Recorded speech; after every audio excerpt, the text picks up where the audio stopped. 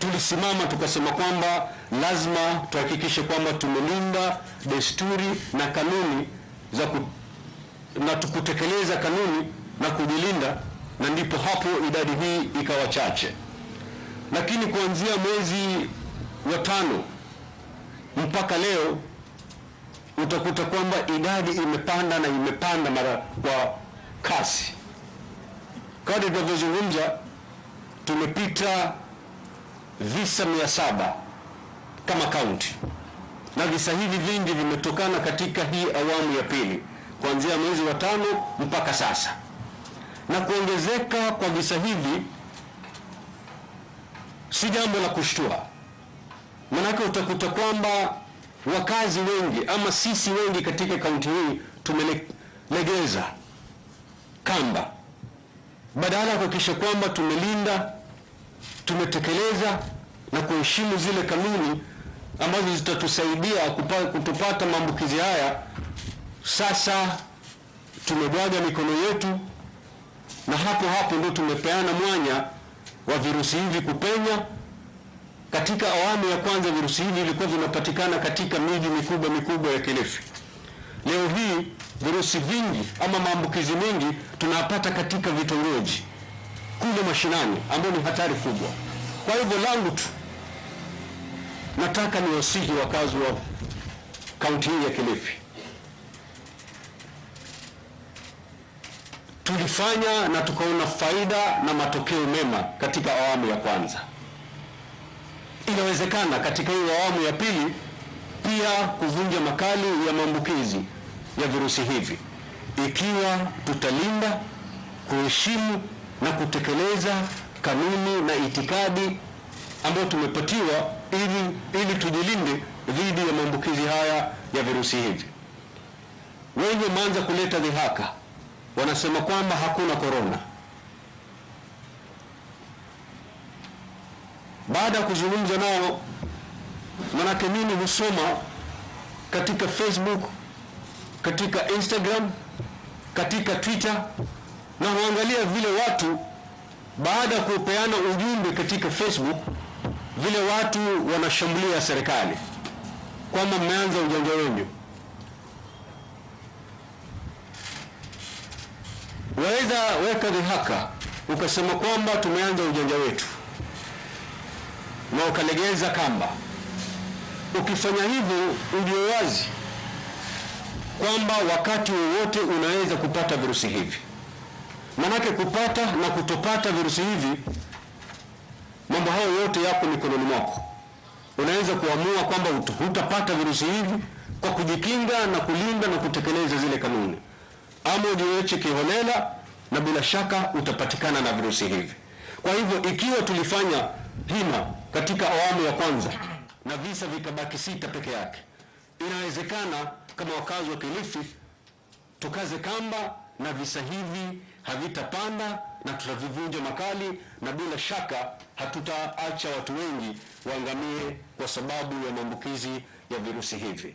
Kwa hivyo mwito wangu, let us observe the protocols given to us by both governments to ensure that we stay safe. Nafikiri nitamwalika waziri atazungumza, alafu atamwalika balozi pia naye atatuzungumzia. Asanteni sana. Karibu balozi.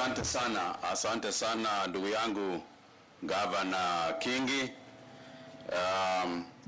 Your Excellency Maolo Masoni, Ambassador, that's a predecessor. He has already gone.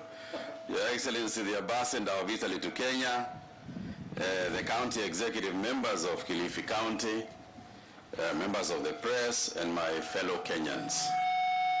First and foremost, let me just say how grateful I am to be here, and particularly to thank my brother, Governor Kingi, because of the way that he has spoken to the issues that have brought us across this country, particularly on matters to do with health.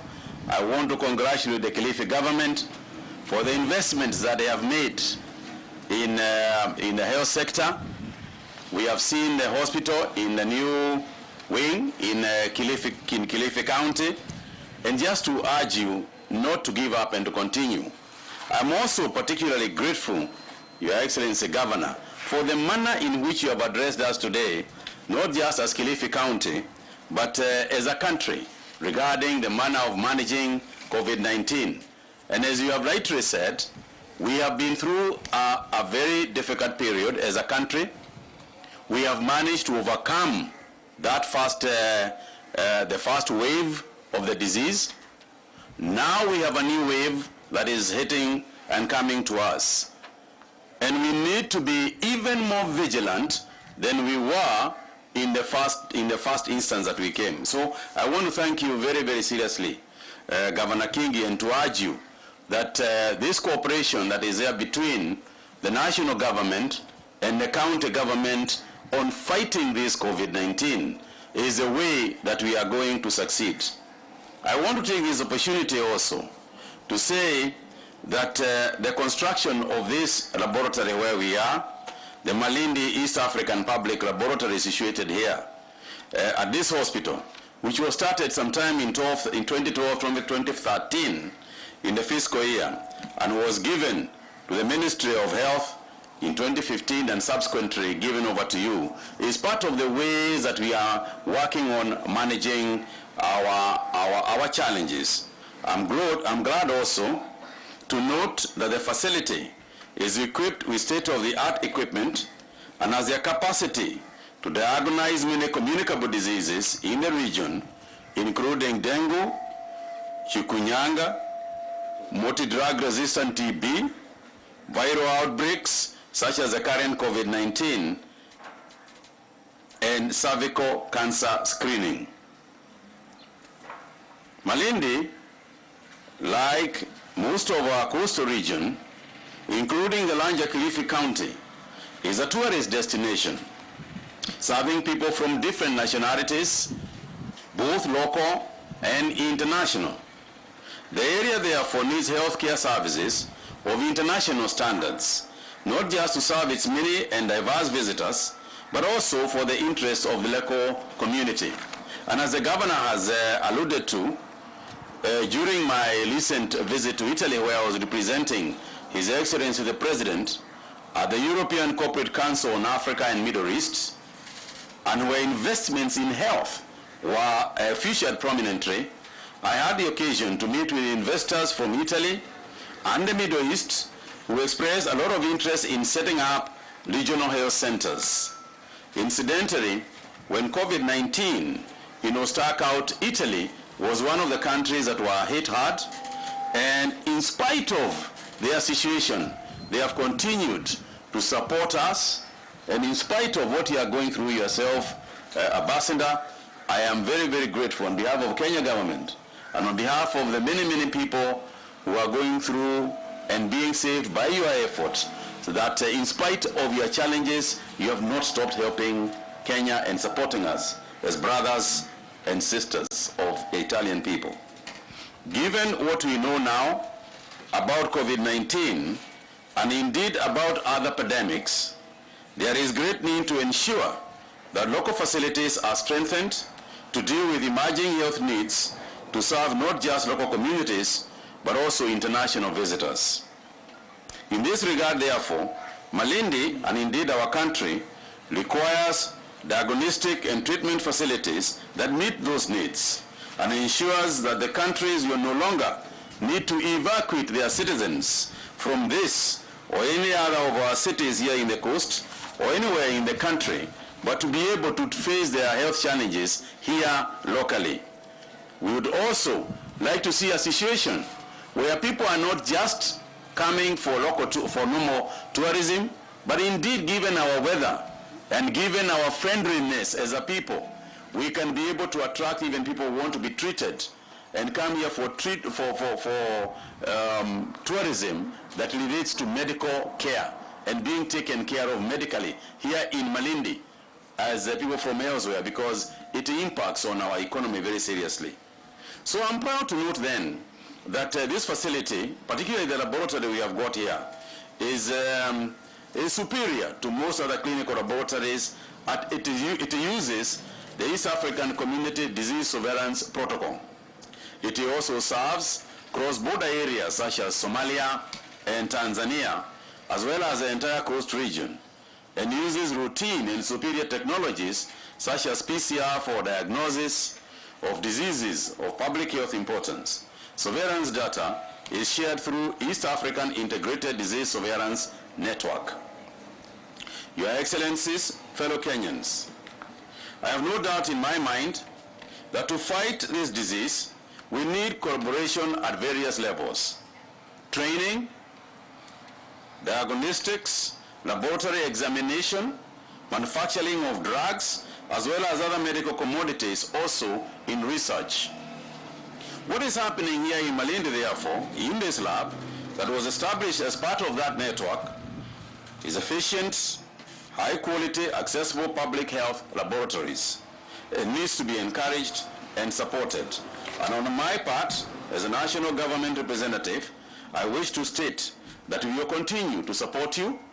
We will work with the county government to ensure that the issues that you have raised today, including the staff, including the reagents that you are talking about, the ones that we have discussed, that we will continue to be of support in this, to you. And in this regard, we note also that our human resource audits on capacity have revealed, as you rightly pointed out, that we have an aging workforce that is inadequately trained, and we will immediately embark on making sure that you get the kind of quality staff, because no matter what infrastructure we have, if we do not have the human capacity, if we don't have the human resources, if we don't have properly trained individuals and doctors and nurses, then it will be an exercise in futility. So I want to support what you have said, Governor, and I want to tell you that as a national government, we will continue to support you. And as we reflect on these factors, and as we progress along our universal health care coverage, which, as you are aware, was launched by the President only 2 days ago in Mombasa, the collaboration between local and international partners to find solutions to the challenges facing our health sectors are paramount in our success. So we want to collaborate, and I'm happy that you are here with us, Your Excellency Ambassador, so that we can be able to unlevel a lot of the challenges that we have. We can share best experiences, so that what is happening in Italy and what is happening in Kenya, we can share those experiences. Why is the disease burden different from one country to another? Why is it exhibiting different characteristics? This is research that we eventually have questions to answer about, and that collaboration. And I'm glad to say that Kilifi is one of the areas where serious research in Kemri is going on, is one of the areas also we are training our people in research, and therefore can be able to collaborate in the research area. And therefore, I hope we can take further the conversations that we had in Italy and also back Malindi through those collaborations. And I'm glad, Your Excellency, Ambassador, that you have raised the issue of our being precise going forward and our working precisely so that we can come up with what we need to do. On COVID-19, I advised last week that there's a sharp increase in positivity rate lately, with a high of 18% this last Saturday. Yesterday, our positivity rate was 15%, and today we are heading not far from that direction. Over the last 1 week, we have seen close to 100 deaths, which is the highest number we have ever witnessed since our first confirmed case in March. This has been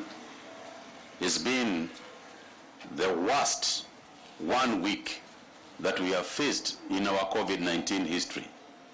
That tells you something. It tells you that we need to be a lot more careful.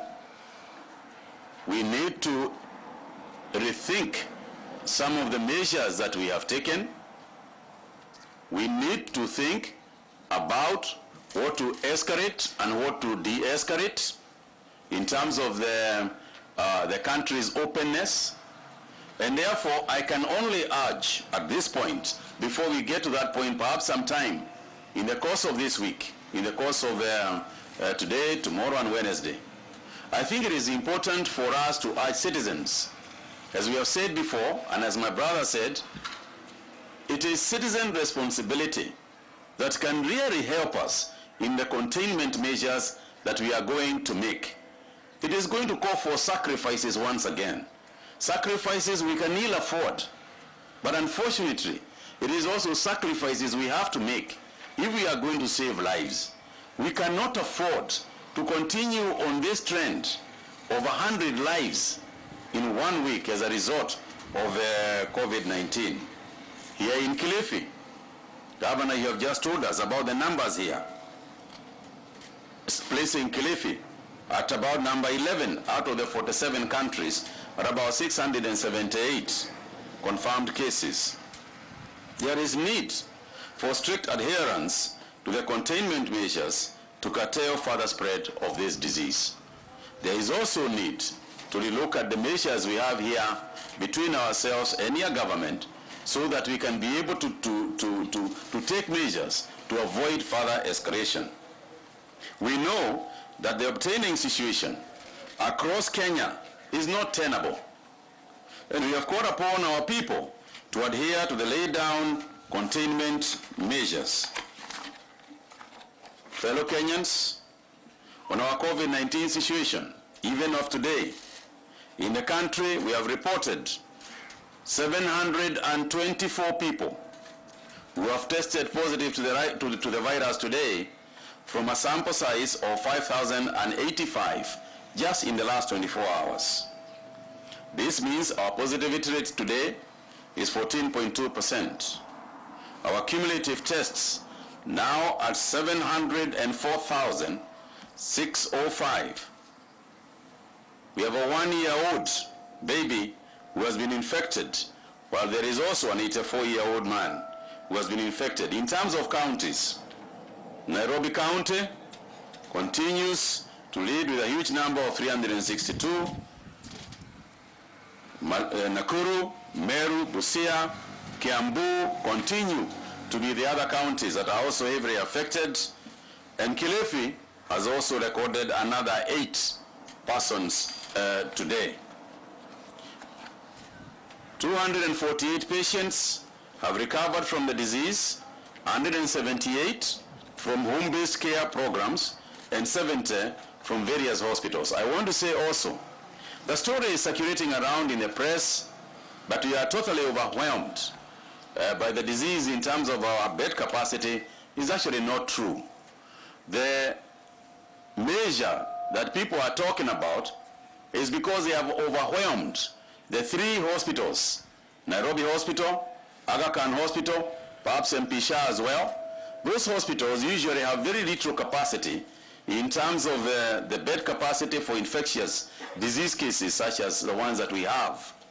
The main hospitals are going to be the public hospitals. And that is why we have continued, and even today, I continue to urge the county governments to emulate what those who have invested in isolation beds, those who have invested in ICU beds, in HDU beds, to do so very quickly.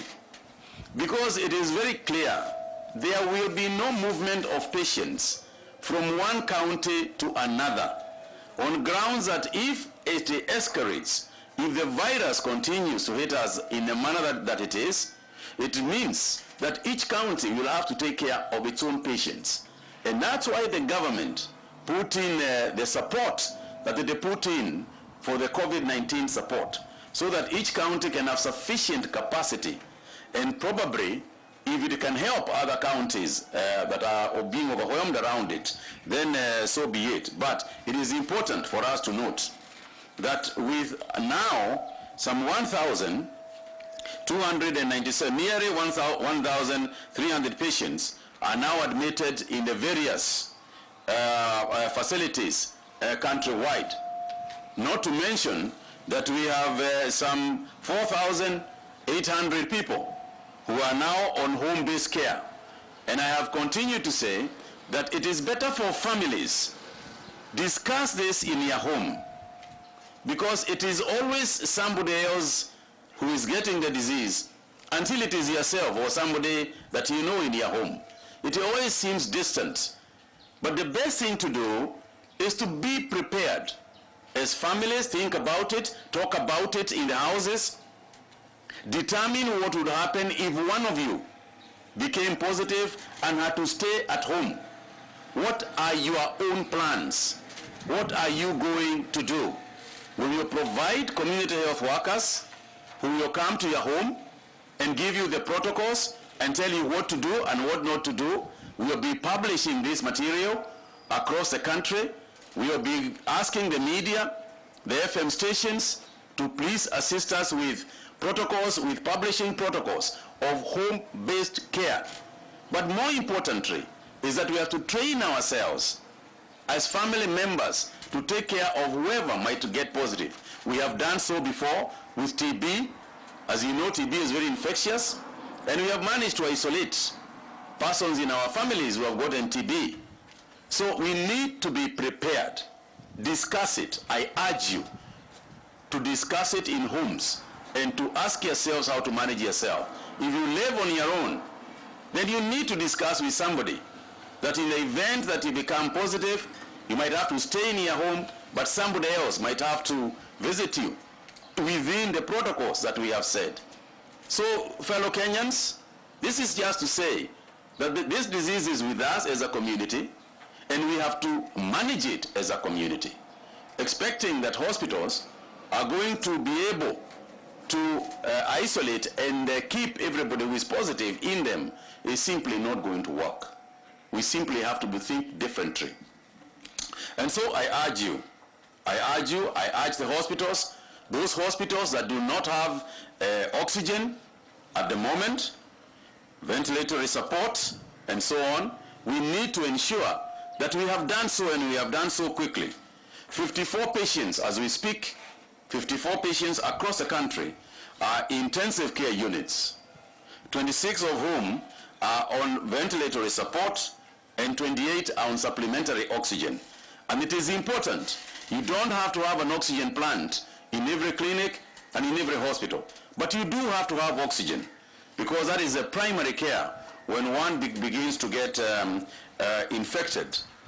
Another 55 patients are separately on supplementary oxygen, out of whom 45 are in general wards, while 10 are in high dependency unit. That means that 109 persons are now actually in hospitals and well as a result of the disease. I also want to urge our healthcare workers. We have agreed with the governors, we have agreed with the county governments that we are supposed to ensure that you have everything in terms of protective gear that you need. I want to urge you, please, as I have said in the past, those of you who are here and those of you who are listening to this address across the country, take care of yourself first. You first take care of yourself and ensure that you are safe before you begin to take care of other people. We also agreed when we had the CEC's conference in Mombasa that information regarding fatalities from individual hospitals must be communicated to the national government immediately.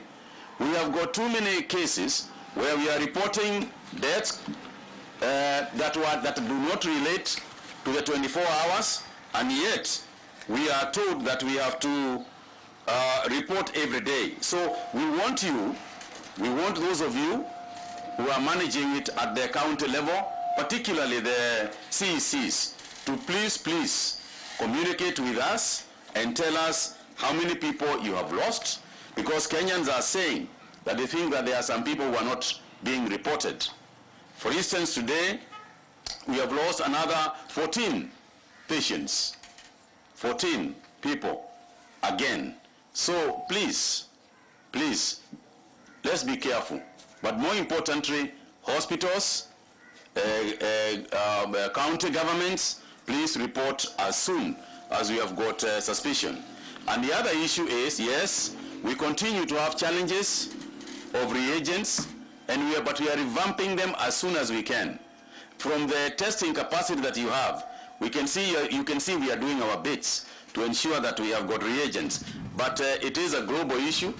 As Europe becomes worse, will have more challenges in terms of acquisition of reagents, and therefore we can only urge you to be even that much more careful. We are looking for resupplying of PPEs across the hospitals.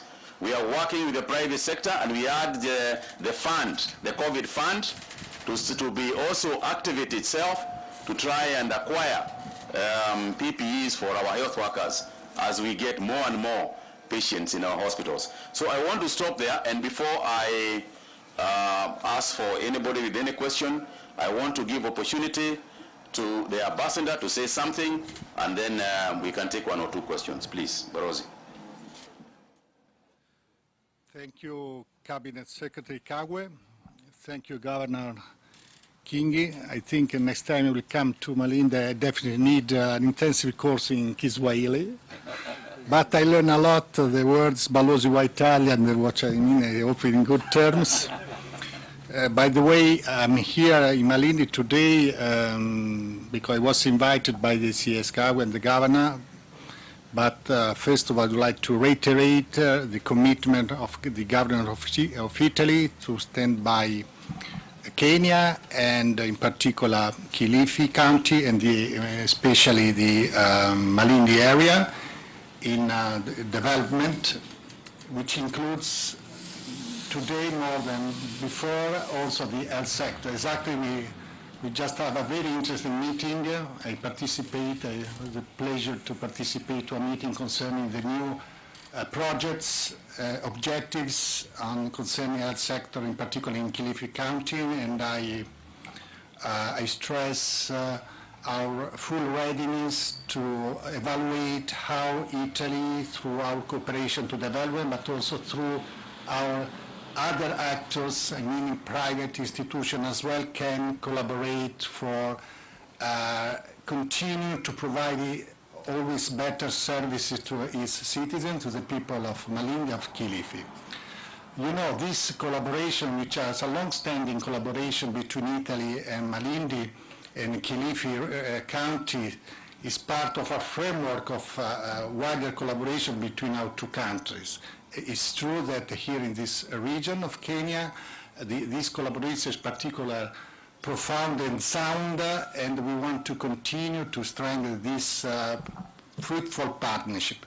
So I came here to underline our commitment, and also to share with the distinguished authority of Kenya our pleasures, and to see, for example, for the news concerning the ratification, talking about this area of the agreement on the Space Center of Malindi, which will open the way. It will enter in force, I guess, in very, very short time, and it will pave the way to a wider scope of collaboration between our countries, and one of these will be exactly health sector, in particular concerning telemedicine. Meanwhile, we are now planning, and this also for this I came here to Malindi, to new initiatives concerning health sector and supporting health sector here in this region. So we are looking forward to more details, but what I can say that we are together with you in this challenge, because health sectors is fundamental, as the CS Kagwe mentioned. All of our countries, all world, and for sure Italy and Kenya are facing a common challenge, and I think this collaboration between countries is fundamental at any level. Multilateral, looking for a vaccine and to produce and distribute, hopefully in the next months, but also at the local level, meaning in this case here in Kilifi County. So I thank you so much. Thank you, CS Kagwe, Secretary Government, to again sharing a common view and especially common targets, which is, in this case, is how to continue to get even more better services as far as possible for people of Kenyan and Kilifi County. Thank you so much. Thank you. Maybe we can take one or two questions. Anybody?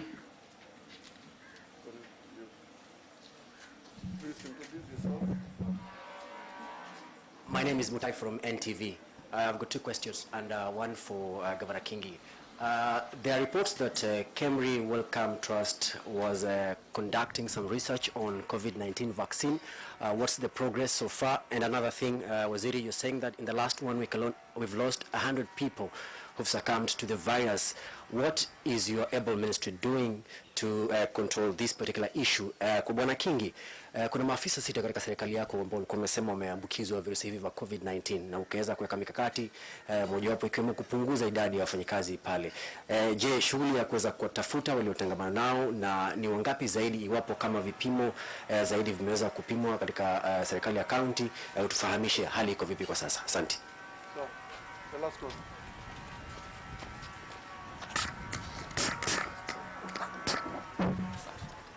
Assalamu alaikum kwa waziri.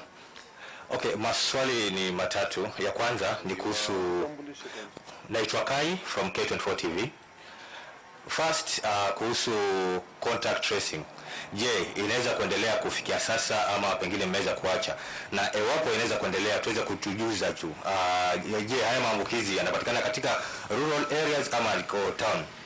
Swali la pili ni kuhusu kama endapo mnafanya contact tracing katika hafla za kisiasa ama hafla zozote zile. Je, kuweza kuafikiwa kwao wale ambao wameweza kupatikana na virusi vya COVID-19, je, mnaweza kufuatilia vipi kuhusu kuweza kupatikana kwa wale ambao wameweza kutangamana katika hafla ile ambao alikuwapo huyu mgonjwa? Na ya tatu pengine kwa Governor Kingi ni kwamba tumeweza kupata ripoti sahihi kwamba mojawapo ya zile EPZ Mtwapa tayari kuna mgonjwa amepatikana na COVID-19 na kufikia leo, alipatikana jana na kufikia leo EPZ ile bado inaweza kufanya kazi kwa sasa. Pengine ni hatua zipi ambazo zitaweza kuchukuliwa kuhakikisha kwamba wale wafanyakazi katika EPZ ile wanaweza kuchungwa na kuweza kuhakikisha kwamba afya yao haiwezi kuwa katika hatari yoyote? Shukran. Finally, was there any other? Okay, thank you very much. Let me start off by talking about the welcome. The issue of the welcome and the vaccine that is going on that they are developing. This vaccine is in trials as well. It is being developed by Welcome Trust as well as our own researchers here in Kilifi County. They have continued to work. They are also in a joint testing both here and in the UK.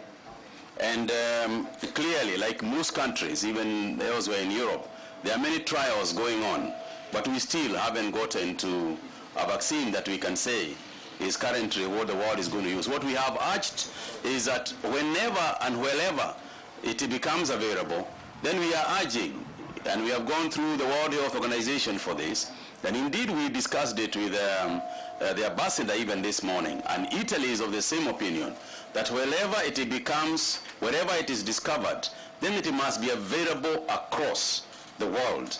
It must not be held by some people and others are not getting it. Now, on the issue of the 100 that we have lost, I have two things to say. Number one, of course, is to condole the families. It's very painful.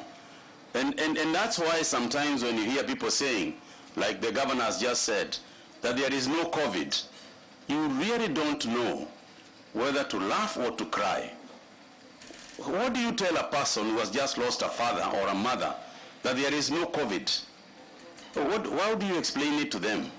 The doctors are telling you clear this is what has happened. And as you well know, even some of the people who have said that there is no COVID have eventually themselves, gotten the virus. So first of all, let us be clear. This is not a creation. This is a reality. And you cannot create something across the entire globe. In some of the poorest countries in the world, the richest countries in the world, you cannot create that. So I think it is only fair and right that we take it with the seriousness that it deserves. Secondly, there are COVID-19 protocols, barrier protocols, that have been issued by the Ministry of Health. and there seems to be some looseness in terms of implementation of the COVID-19 barrier protocols. And we must forthwith observe the barrier protocols very, very strictly. Very strictly. Because you know very well, and we have said it before, when you are transporting bodies, especially if you are not being careful, and people are behaving as if it's a normal funeral, a lot of people can come out of there infected. So I urge each and every person, enforcement agencies, the police, the chiefs, I urge you that wherever we know, even you as families, if you know that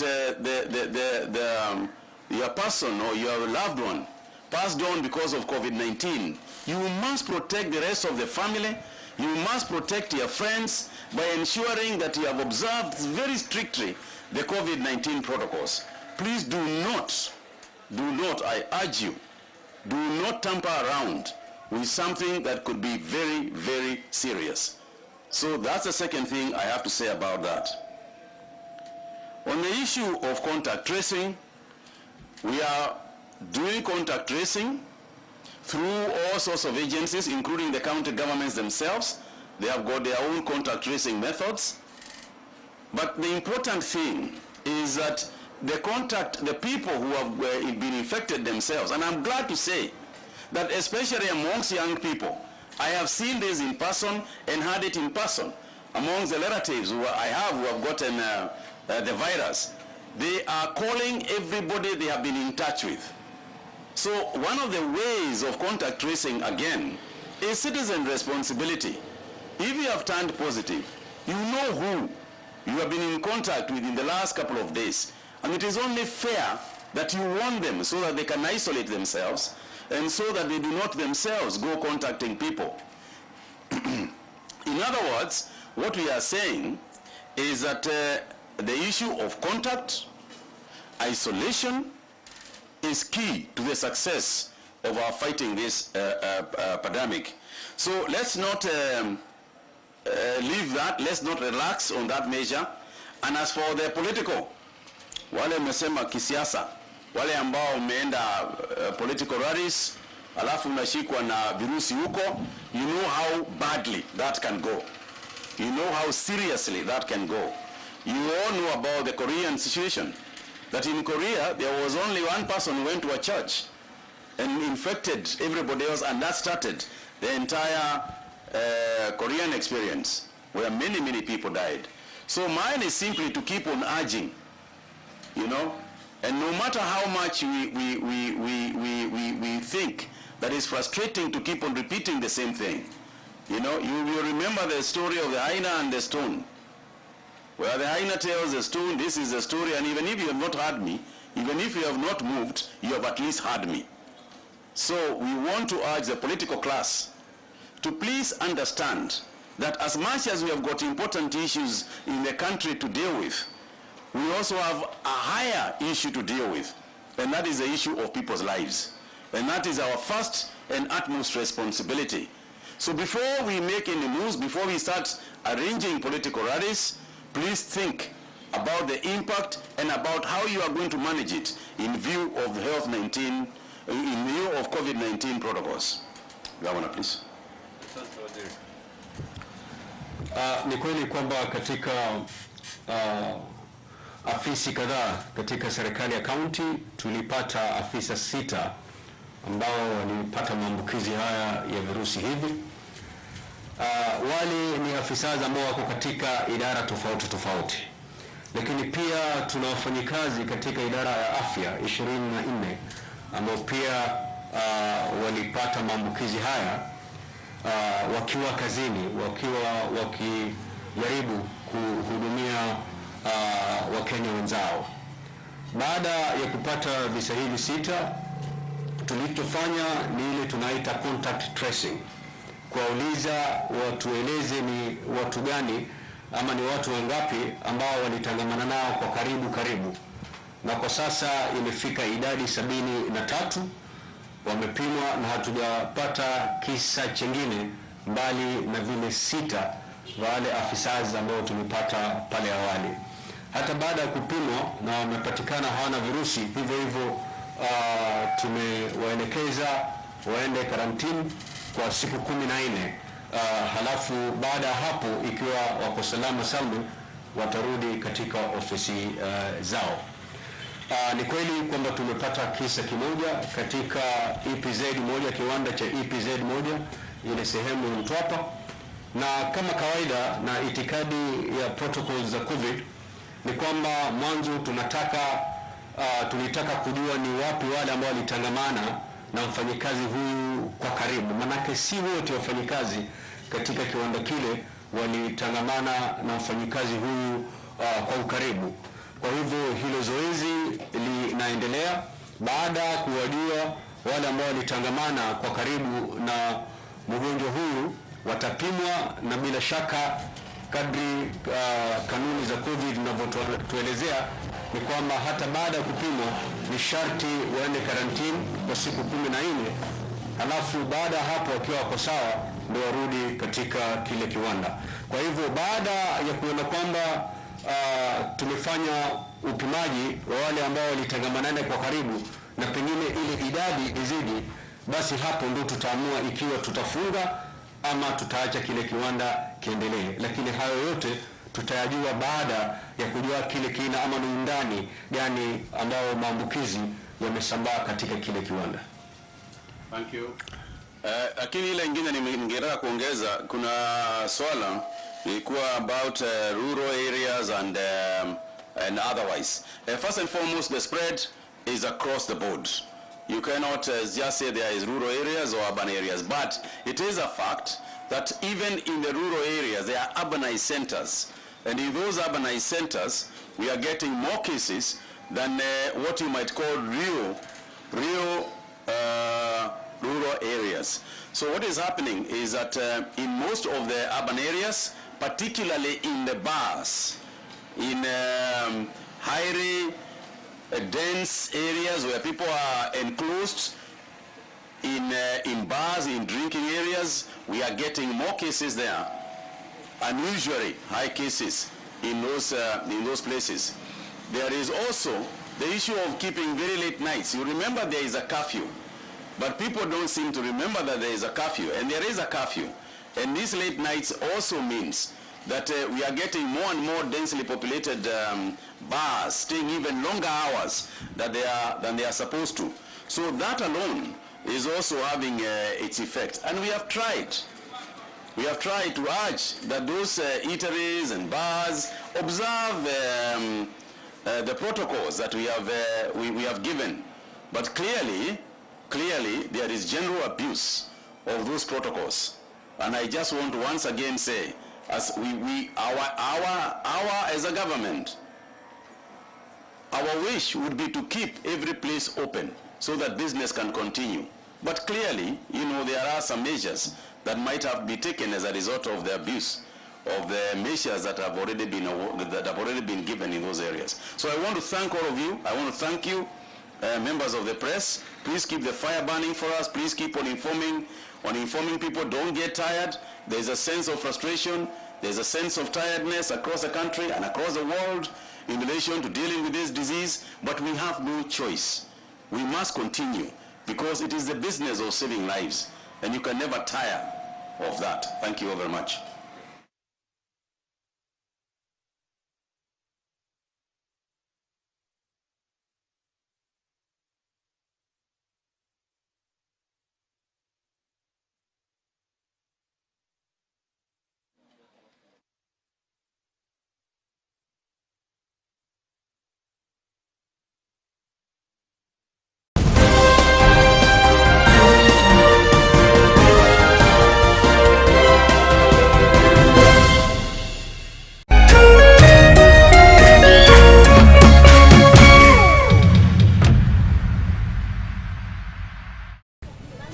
My name is Penina. I got a message about this food relief, and I do really appreciate for, you know, the situation of the pandemic we are living. They have come now to share with us this food relief. So I have a business.